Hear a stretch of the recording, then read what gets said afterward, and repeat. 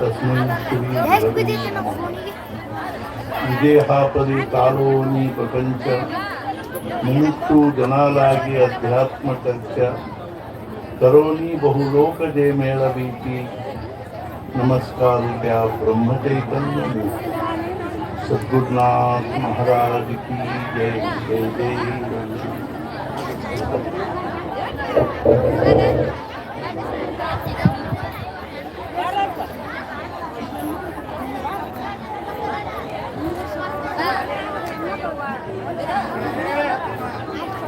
ಸಂಪೂರ್ಣ ಜಗತ್ತಿನಲ್ಲಿ ನಮ್ಮ ಭಾರತ ದೇಶದ್ದೇ ಒಂದು ವೈಶಿಷ್ಟ್ಯ ಏನು ಅಂದರೆ, ನಮ್ಮ ದೇಶದಲ್ಲಿ ಸಾವಿರಾರು ವರ್ಷಗಳಿಂದ ಅಧ್ಯಾತ್ಮ ಅಂದರೆ ಪರಮಾತ್ಮ ಸ್ವರೂಪದ ಒಂದು ಅನುಭವ ಅನ್ನುವಂಥದ್ದೇ ಜೀವನದ ಮುಖ್ಯವಾಗಿರ್ತಕ್ಕಂಥ ಏನಾಗಿದೆ ಅಂದರೆ ಲಕ್ಷಣ.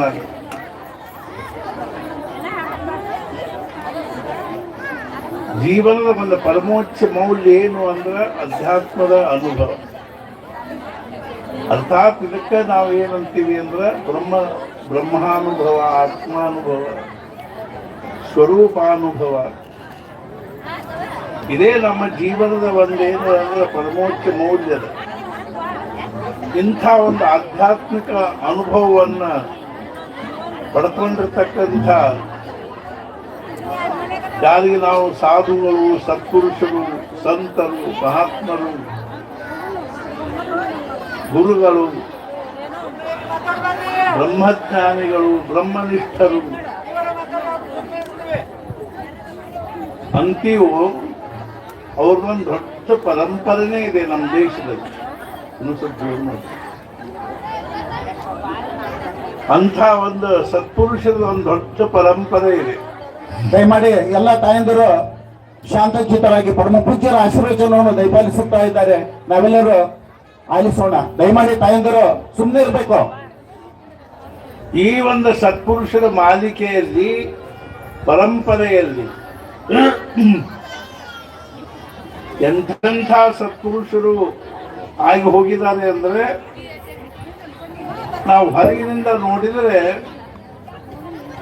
ಅವರು ಸತ್ಪುರುಷರು ಅನ್ನೋದನ್ನು ನಾವು ತಿಳ್ಕೊಳ್ಳಿಕ್ಕೂ ಶಕ್ಯ ಇಲ್ಲ.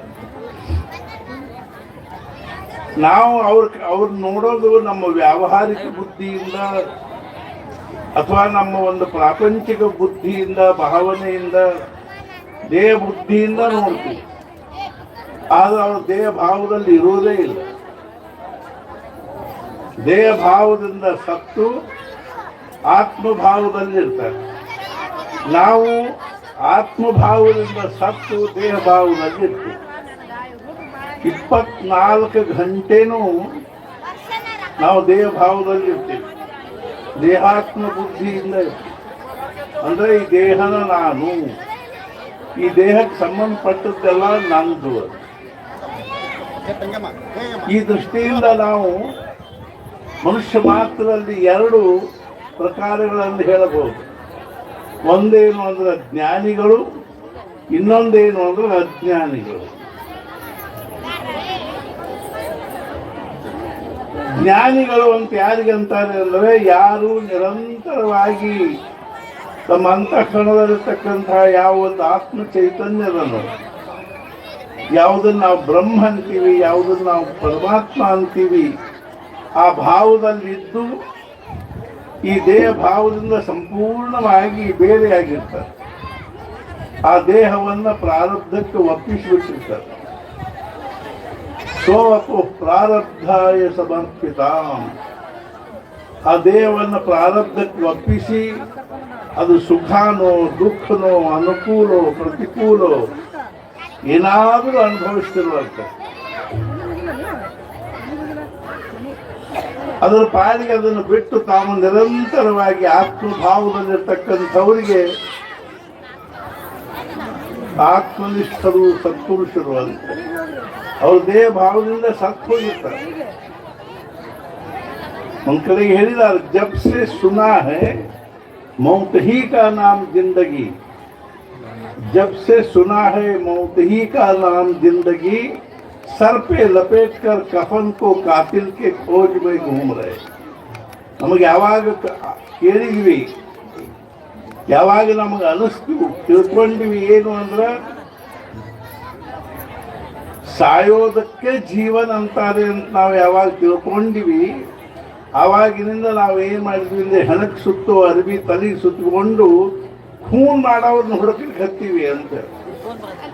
ದೇಹಭಾವದಿಂದ ಕೊಂದು ಆತ್ಮಭಾವದಲ್ಲಿ ಅಖಂಡವಾಗಿ ಜಾಗೃತವಾಗಿರ್ತಕ್ಕಂಥವ್ರು.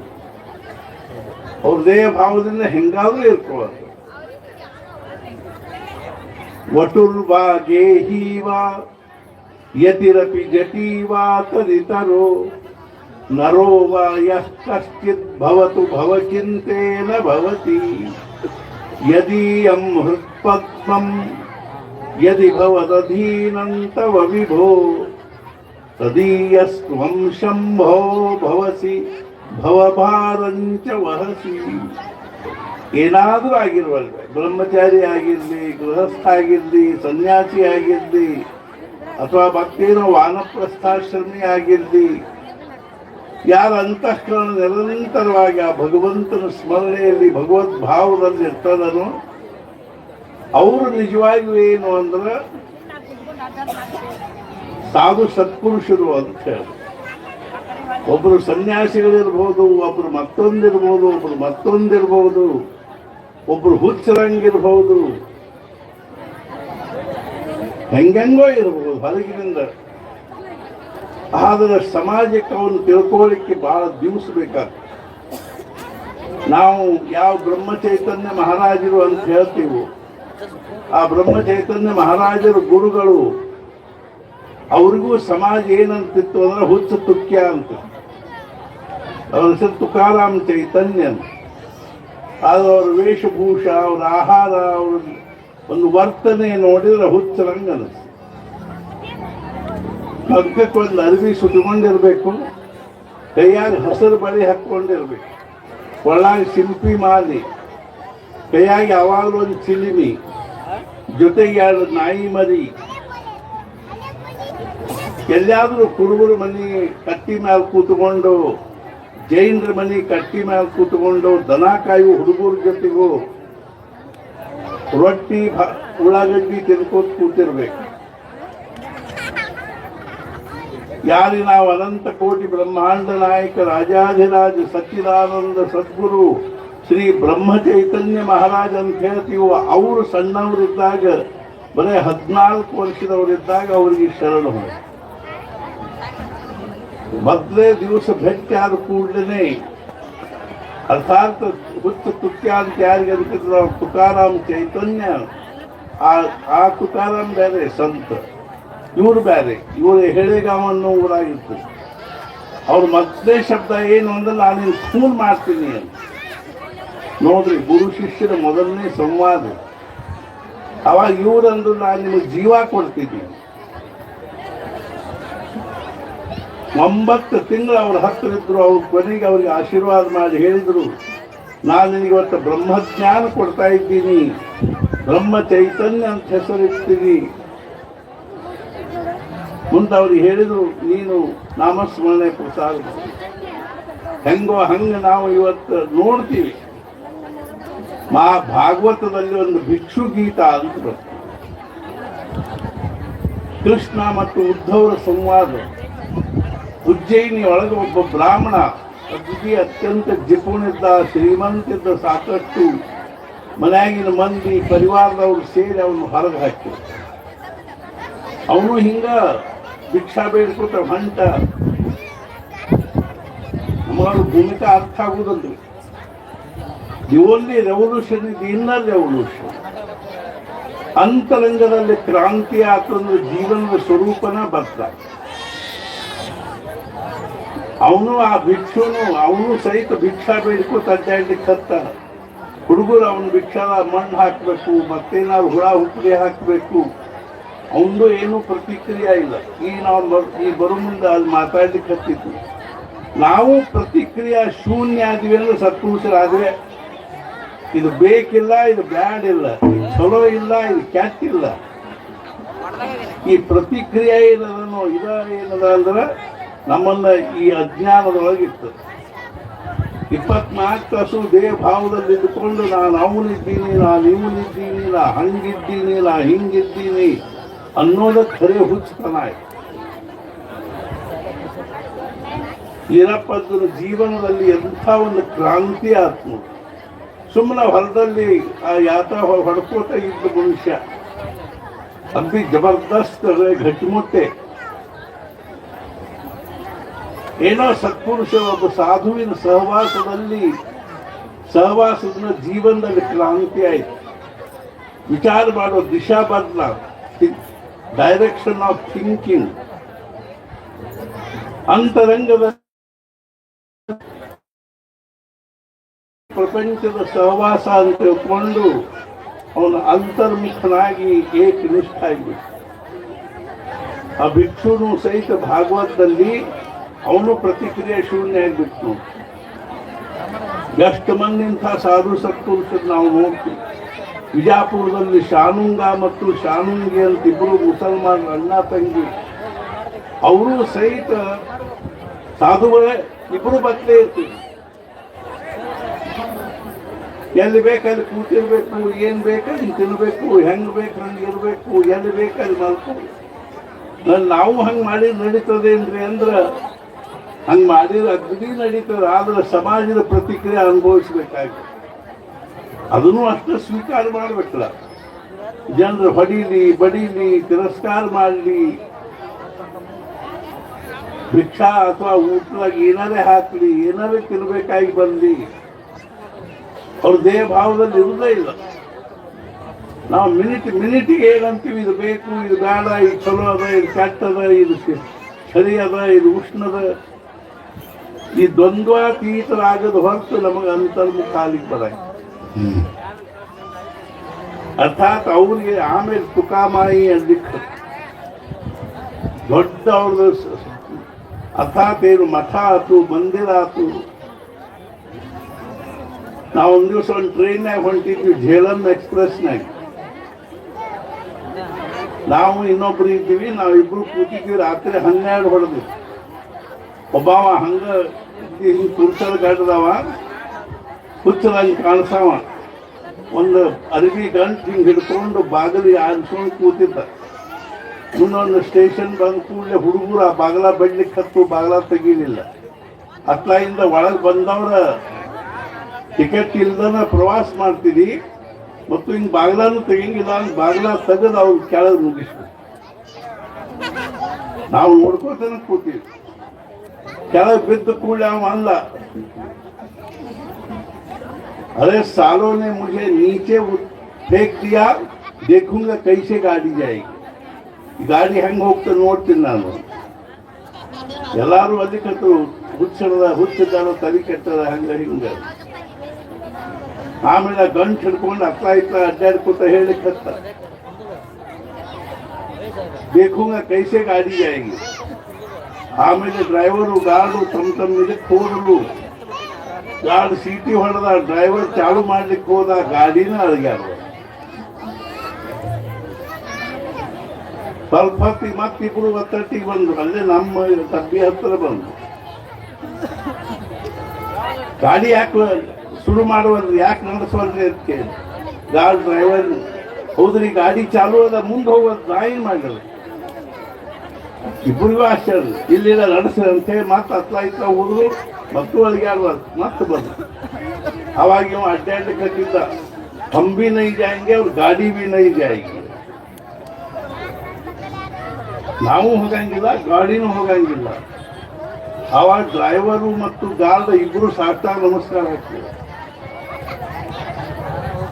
ಅವನು ಕರ್ಕೊಂಡು ಹೋಗಿ ಫಸ್ಟ್ ಕ್ಲಾಸ್ ಡಬ್ಬ್ಯಾಗ ಕೂಡಿಸಿದ್ರು.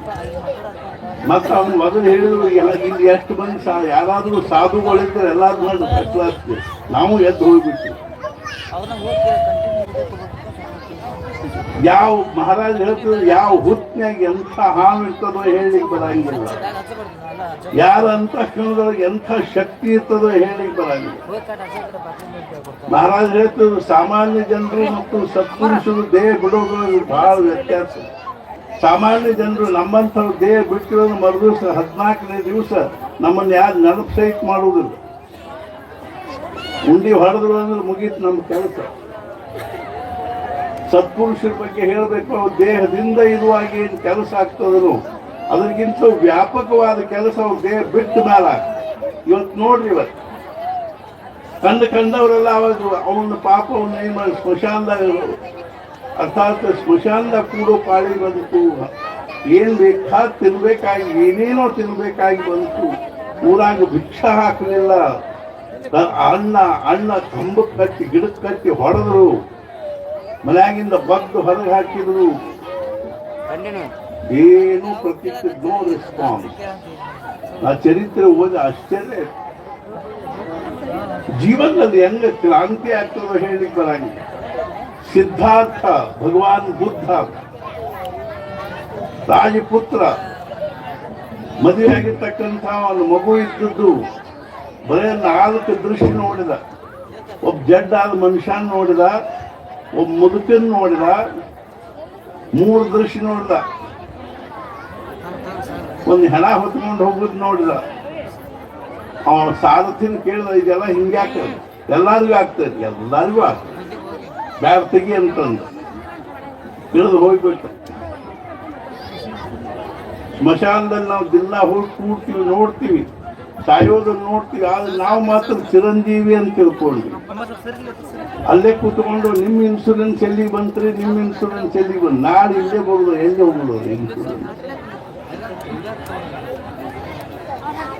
ಸತ್ಪುರುಷರು ಒಂದು ಸಮಾಜದ ಒಂದು ಶತಮಾನದಲ್ಲಿ ಒಬ್ಬ ಸತ್ಪುರುಷರಾದ್ರೆ ಅಂದರೆ ಆ ಸಮಾಜ ಶತಮಾನಗಳವರೆಗೆ ಧನ್ಯ ಆಗಿ ಹೋಗ್ತದೆ.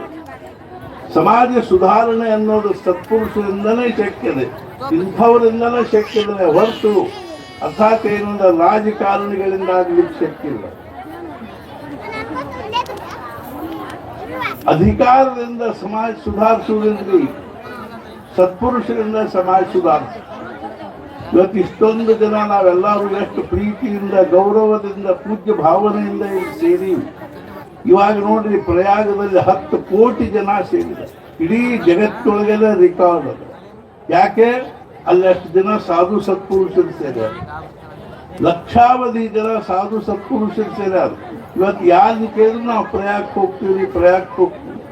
ಇದು ಸಾಮಾನ್ಯ ಶಕ್ತಿ ಅಲ್ರಿ, ಇದು ನಮ್ಮ ದೇಶದ ಬಹಳ ದೊಡ್ಡ ಭಾಗ್ಯ. ಸತ್ಪುರುಷರೇ ನಮ್ಮ ದೇಶದ ಒಂದು ಐಶ್ವರ್ಯ ಇದ್ದಂಗೆ, ಸತ್ಪುರುಷರೇ ನಮ್ಮ ದೇಶದ ಭಾಗ್ಯ ಇದ್ದಂಗೆ. ಸತ್ಪುರುಷರು ಇರೋದರಿಂದ ನಮ್ಮ ದೇಶ ಸುರಕ್ಷಿತದ ಅಂತ ತಿಳ್ಕೋಬೇಕು. ಇವಾಗೆಲ್ಲ ಇಲ್ಲದೇ ನಾವು ಸಹಿತ ವಿದೇಶಿಯರ ಜೊತೆ ಹಾಸಿಗೆ ಬುಡಕ ರಿವಾಲ್ವರ್ ಇಟ್ಕೊಂಡು ಮಲ್ಕೋಬೇಕಾಗ್ತದೆ. ಎಂಥ ಅರ್ಥಾತ್ ಏನು ಅಂದ್ರೆ ಜೀವನ ಎಷ್ಟು ಇದು ಅದ. ಇವತ್ತು ನಾವು ಅಗದಿ ಆರಾಮ ಕಟ್ಟಿ ಮೇಲೆ ಮಲ್ಕೋತೀವಿ ಗಡದ. ಇದಕ್ಕೆ ಮುಖ್ಯ ಕಾರಣ ಏನು ಅಂದ್ರೆ ಅವ್ರ ಪುಣ್ಯಾದಿ. ಒಂದ್ ದಿವಸ ಶೃಂಗೇರಿ ಮಠದ ಸ್ವಾಮಿಗಳು ಅಭಿನವ ಸಚ್ಚಿದಾನಂದ ನರಸಿಂಹ ಭಾರತಿ ಅನ್ನೋರು ಬಹಳ ದೊಡ್ಡ ಸತ್ಪುರುಷರು. ನರೇಗಲ್ದ ಹತ್ತಿರ ಇಲ್ಲೇ ಕೋಡಿಕೊಪ್ಪದಿಂದ ಹತ್ತಿರ ಹಾಯ್ದು ಪಲ್ಲಕ್ಕಿ ಹೋಗ್ತಾ ಇರುವಾಗ ನರೇಗಲ್ದ ಬ್ರಾಹ್ಮಣರೆಲ್ಲ ನಮಸ್ಕಾರ ಮಾಡಿದ್ರಂದ್ರು. ಮೇಲಿದಾಗಿಂದ ಕೆಳಗಿಳಿದ್ರು. ಕೆಳಗಿಳಿದು ನಮಸ್ಕಾರ ಮಾಡಿದ ಕೂಡಲೇ ಅವರಿಗೆಲ್ಲ ಆಶೀರ್ವಾದ ಮಾಡಿದ್ರು. ಆಮೇಲೆ ಹಿಂಗ ಒಂದು ಸುತ್ತ ತಿರುಗಿ ನೋಡಿದ್ರು. ಅಲ್ಲೇ ಒಂದು ಕಡೆಗೆ ದೂರ ಒಂದು ಸ್ಮಶಾನದಲ್ಲಿ ಈರಪ್ಪದ್ದು ಕೂತಿದ್ರು. ಕೇಳಿದ್ರು, ಇವ್ನು ಯಾರು ಅಂತ. ಅವರೇ ಹುಚ್ಚಿದ್ದಾನ, ಭ್ರಷ್ಟಿದ್ದಾನ. ಅವ್ ಏನ್ ತಿನ್ನೋದು ಕುಡಿಯೋದ್ರದ್ದು ಏನೂ ಮರ್ಯಾದೆ ಇಲ್ಲ. ಈರಪ್ಪದ್ದು ಒಂದು ಟೊಂಕಕ್ಕೆ ಒಂದು ಅರ್ಬಿ ಸುತ್ತಕೊಂಡು ಕೂತಿದ್ರು. ಅವ್ರು ಎಂದೂ ಯಾವುದೂ ನೆರಳಿನ್ಯಾಕ ಕೂಡಲಿಲ್ಲ. ಅವಾಗ ಶಂಕರಾಚಾರ್ಯ ಅವ್ರ ಹತ್ರ ಹೋದ್ರು. ಅವನು ಇತ್ಲಾ ಬೆನ್ನು ಮಾಡಿ ಹತ್ಲಾಗ ಮಾರಿ ಮಾಡ್ಕೊಂಡು ಕೂತಿದ್ರು. ಇವ್ರು ಕೇಳಿದ್ರು, ಯಾರಪ್ಪ ನೀನು ಅಂತ. ಇವ್ರದ್ದು ಒಂದು ವಾಕ್ಯ, ಯಾವುದು ಹೌದೋ ಅದು ಅಲ್ಲ, ಯಾವುದು ಅಲ್ಲೋ ಅದು ಹೌದು. ಇದು ಉಪನಿಷತ್ ವಾಕ್ಯ. ಯಸ್ಯ ಮತಂ ತಸ್ಯ ಮತಂ ಮತಂ ಯಸ್ಯ ನ ವೇದ ಸಹ ಅವಿಜ್ಞಾತಂ ವಿಜಾನತಾಂ ವಿಜ್ಞಾನಂ ಅವಿಜಾನತಾಂ. ಯಾವುದನ್ನ ಹೌದು ಹೌದು ಅಂತ ಹಗಲು ರಾತ್ರಿ ಬಡ್ಕೊಂಡು ಸಾಯ್ತೀವೋ ಅದು ಅಲ್ಲ. ಯಾವ್ದು ನಮಗೆ ಅದೋ ಇಲ್ಲೋ ಸಹಿತ ಗೊತ್ತಿಲ್ಲ, ಯಾವ್ದು ನಮಗೆ ನಮ್ಮ ದೃಷ್ಟಿಯೊಳಗೆ ಇಲ್ಲೇ ಇಲ್ಲೋ ಅದ ಯಾವ್ದು ಅಲ್ಲೋ ಅದ. ಯಾ ನಿಶಾ ಸರ್ವಭೂತಾನಾಂ ಯಸ್ಯಾಂ ಜಾಗೃತಿ ಸಾ ನಿಶಾ ಪಶ್ಯತೋ ಮುನಿ. ಯಾವುದನ್ನ ನಾವು ಹಗಲಂತ ತಿಳ್ಕೊಂಡಿವಿ ಅವ್ರ ದೃಷ್ಟಿಯೊಳಗೆ ಅದು ರಾತ್ರಿ. ಅದಕ್ಕೇನು ಅರ್ಥ ಇಲ್ರಿ. ನಾವು ಹಗಲು ರಾತ್ರಿ ಎದುರು ಸಲ ಇಷ್ಟೊಂದು ಗುದ್ದಾಡ್ಲಿಕ್ಕೆ ಹತ್ತೀವು. ಆಗ ಸತ್ಪುರುಷರು ಸಣ್ಣ ಹುಡುಗರು ಆಟ ಆಡಿದ ಗೊಂಬೆ ಆಟ ಆಡಿದ ಅಷ್ಟು ಮಹತ್ವ ಅದು. ಸಣ್ಣ ಹುಡುಗರು ಗೊಂಬೆ ಆಟ ಆಡ್ಕೊಂಡು ಕೂತಿರ್ತಾವೆ. ನಾವು ಅದರೊಳಗಿಂದ ಏನು ಅದಕ್ಕೇನು ಅಷ್ಟು ಮಹತ್ವ ಕೊಡ್ತೀವಿ. ಮದ್ವೆ ಮಾಡಿ ಆಡ್ತಿರ್ತಾವ. ಹುಡುಗನ ಅಮ್ಮ ಅಂದ್ರೆ ಹುಡುಗಿ ಊಟಕ್ಕೆ ಕೂತಿರ್ತಾವ. ಹುಡುಗಿ ಅವ್ವ ಬಡಿಸ್ತಿರ್ತಾವ. ಒಂದು ಎಲೆ ಇಡ್ತಾರೋ ಕಾಗದ ಇಡ್ತಾರೋ ಅದ್ರಾಗ ಒಂದು ಕುಳ್ಳೆ ಒಳಗಿನ ತಂದು ಮಣ್ಣು ಹಾಕ್ತಾವ. ಅವಾಗ ಹುಡುಗನ ಅಮ್ಮ ಅವ್ವ ಒದರಾಡ್ಲಿಕ್ಕತ್ತ, ಏನ್ರಿ ನಾ ಮಸಾಲ ಭಾತ್ ಕೇಸರಿ ಭಾತ್ ಹಾಕಿರ್ಲಿ ಅದು. ಹೌದಲ್ರಿ, ತಪ್ಪ ತಡೀರಿ. ಮತ್ತೊಂದು ಕುಳ್ಳೆಯಿಂದ ಮತ್ತೊಂದು ಮಣ್ಣು ತಂದು ಹಾಕ್ತಾವ. ಹಿಂಗೆ ಕೇಳಿದ್ದನ್ನು ಹಾಕಿರಿ. ನಮಗೂ ಅಂಥದ ಆಸೆ. ಈ ಕುಳ್ಳ್ಯಾಗಿಂದು ಮಣ್ಣು, ಆ ಕುಳ್ಳ್ಯಾಗಿಂದು ಮಣ್ಣು. ಒಂದು ಕೇಸರಿ ಭಾತ್ ಅಂತೀವಿ, ಒಂದು ಮಸಾಲ ಭಾತ್ ಅಂತೀವಿ. ಅರ್ಥಾತ್ ಏನು ಅಂದ್ರೆ ಯಾವುದನ್ನು ಖರೆ ಖರೆ ಖರೆ ಖರೆ ಅಂತ ತಿಳ್ಕೊಂಡು ಹಗಲು ರಾತ್ರಿ ಗುದ್ದಾಡ್ಲಿಕ್ಕತ್ತೀವೋ ಅದು ಸುಳ್ಳು ಸುಳ್ಳು ಸುಳ್ಳು. ಯಾವ್ದು ನಮಗೆ ತಲೆಯಾಗ ಬರುವಲ್ತು, ಯಾವುದು ನಮಗೆ ಅನುಭವನ ಇಲ್ಲೋ ಅದು ಖರೆ ಖರೆ ಖರೆ. ಈ ದೃಶ್ಯ ಎಲ್ಲ ಸುಳ್ಳು, ಇದೇನು ಅರ್ಥ ಇಲ್ಲದ್ದು. ಎಷ್ಟು ಮಂದಿ ಹುಟ್ಟಿದ್ರು ಜಗತ್ತಿನೊಳಗೆ, ಎಷ್ಟು ಮಂದಿ ಹೋದ್ರು, ನಾವು ಇವತ್ತೆಲ್ಲ ನಾಳೆ ಹೋಗೋರು, ಮುಂದೆ ಯಾರು ಬರ್ತಾರೋ ಏನು.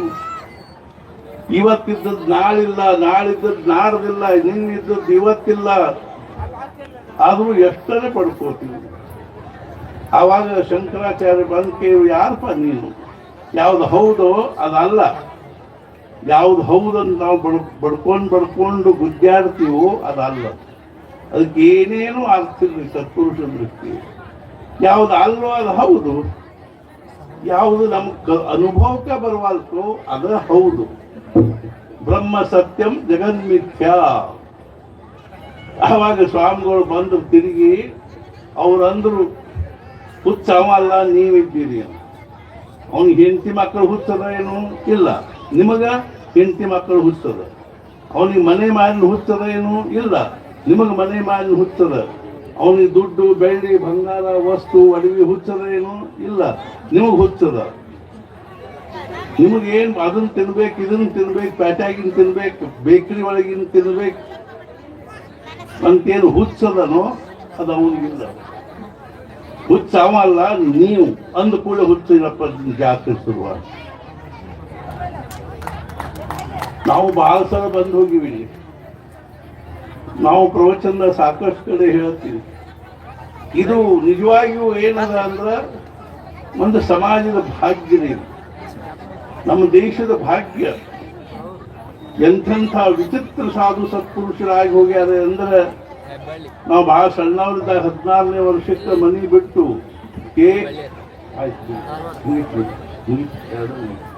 ಮುಗಿದೋಯ್ತು. ನಾವು ಭಾರತ ಎಲ್ಲ ಅಡ್ಡಾಡಿ ಕೇವಲ ಒಂದು ಸತ್ಸಂಗ ಸಲುವಾಗಿ. 1000 किताबों से जो नहीं मिलता है वो साधु के सहवास से मिलता. ನಿಜವಾಗಿ ಇವತ್ತು ನಮ್ದೆಲ್ಲರೂ ಒಂದು ಭಾಗ್ಯದ, ಎಲ್ಲರೂ ಏನದನೋ ಆ ಒಂದು ಮಹಾಪುರುಷನ ಪ್ರಸಾದವನ್ನು ತಗೋಬೇಕು, ದರ್ಶನ ಮಾಡಬೇಕು, ಸತ್ಸಂಗ ಮಾಡಬೇಕು ಅಂತ ಬಂದೀರಿ. ಆದ್ದರಿಂದ ನಾವು ಬಹಳ ಹೇಳ್ಕೊಟ್ಟು ಕೂಡೋದು ಅಷ್ಟು ಈ ಸಂದರ್ಭದಲ್ಲಿ ಉಚಿತ ಆಗೋದಿಲ್ಲ. ಆದರೂ ಒಂದು 2 ನಿಮಿಷ 4-5 ನಿಮಿಷ ಹೆಚ್ಚಿಗೆ ಹೇಳಿರ್ಬೋದು. ನೀವೆಲ್ಲರೂ ಶಾಂತವಾಗಿ ಕೇಳಿ ಮುಂದೆ ಎಲ್ಲ ಸತ್ಸಂಗದ ವಿಚಾರಗಳನ್ನು ಅನೇಕ ಸ್ವಾಮೀಜಿ ಅವರು ಹೇಳ್ತಾರೆ. ಅದನ್ನೆಲ್ಲರೂ ನಾವು ಕೇಳಿಕೊಂಡು ನಾವು ಆ ಮಹಾತ್ಮನ ಅನುಗ್ರಹಕ್ಕೆ ಮತ್ತು ಸಾಧು ಸತ್ಪುರುಷರ ಅನುಗ್ರಹಕ್ಕೆ ಪಾತ್ರರಾಗುವುದು ಅಂತ ತಿಳ್ಕೊಂಡು ಹೇಳಿ ಸದ್ಗುರುನಾಥ ಮಹಾರಾಜ್ ಕಿ ಜೈ ಜೈ ಜೈ. ಕೋಡಿಕೊಪ್ಪದ ವೀರಪ್ಪಜ್ಜನವರು ಒಬ್ಬ ವ್ಯಕ್ತಿಯಲ್ಲ, ಒಂದು ಅಗಾಧ ಶಕ್ತಿಯ ಸಂಗಮವಾಗಿದ್ದಾರೆ. ತಮ್ಮ ಮಹಾಮಂತ್ರದ ಶಕ್ತಿಯ ಬಲದಿಂದ ಕೀರ್ತಿ ಶೀರ್ಷದವರು ವೈಭವ ಆಡಂಬರಗಳಿಂದ ದೂರ ಬಿದ್ದು ನಿರ್ಮೋಹಿಗಳಾಗಿ ನಿತ್ಯ ಶಾಶ್ವತ ದಿವ್ಯ ಸಂದೇಶವನ್ನು ಜನಸಾಮಾನ್ಯರಿಗೆ ನೀಡಿದ್ದಾರೆ ಎಂಬ ಅಂಶವನ್ನು ಪರಮ ಪೂಜ್ಯ ಶ್ರೀ ದತ್ತಾವಧೂತ ಮಹಾರಾಜರು ಚೈತನ್ಯ ಆಶ್ರಮ ಹೆಬ್ಬಳ್ಳಿ ಪರಮ ಪೂಜ್ಯರು ಆಶೀರ್ವಚನವನ್ನು ದಯಪಾಲಿಸಿದ್ದಾರೆ. ಅವರಿಗೆ ದೀರ್ಘದಂಡ ಪ್ರಣಾಮಗಳೊಂದಿಗೆ ನಮ್ಮ ಟ್ರಸ್ಟ್ ಕಮಿಟಿಯ ಸರ್ವ ಸದಸ್ಯರು ಪರಮ ಪೂಜ್ಯರಿಗೆ ಗೌರವ ಸಮರ್ಪಣೆ ಮಾಡಬೇಕಂತ ಹೇಳಿ ಕೇಳ್ಕೊಳ್ತಾ ಇದ್ದೇನೆ. ಪಾವನ ಸಾನ್ನಿಧ್ಯವನ್ನು ವಹಿಸಿದಂತಹ ಪರಮ ಪೂಜ್ಯ ಶಟಸ್ಥ